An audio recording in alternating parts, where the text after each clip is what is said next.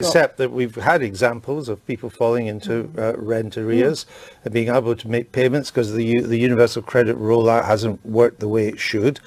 And then you call up to try and get things right, and you're charging people at the lower end of the income scale 55 pence a minute.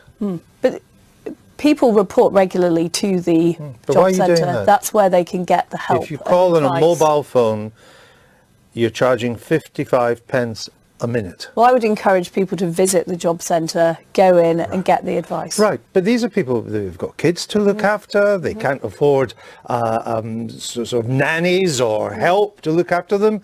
Phoning may be the only way. They've got people visiting, to plumbers, whatever.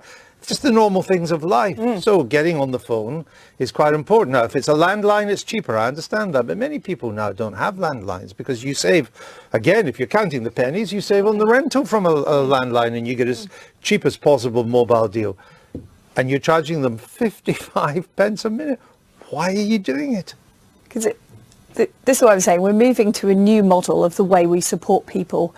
It's much more interventionist. It's much more about helping people get into work. Right, by charging them, why are you charging them 55 pence a minute to call up and try and get their universal credit payments fixed?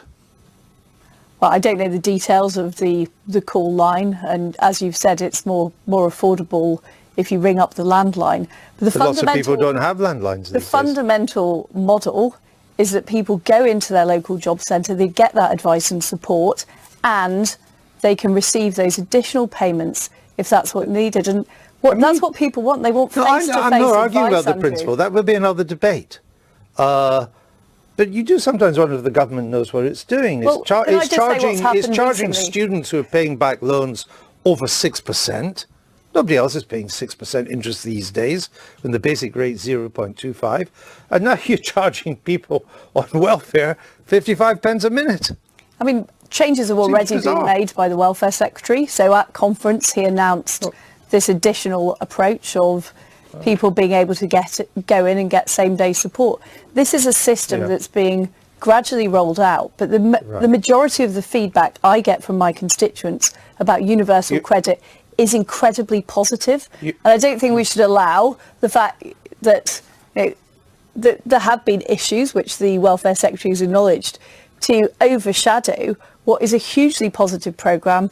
There is very positive feedback about it. You're the Chief Secretary of the Treasury. You're in charge of the money. You count the money. Will you speak to the Work and Pensions Department about these phone charges? I speak to the Work and Pensions Department all the time but about that's their not budget. what I asked you. Will you speak to them about this? I mean, it's at the top end, but you know sometimes calling things, you get put on, I had experience this morning of calling something, you get put on hold.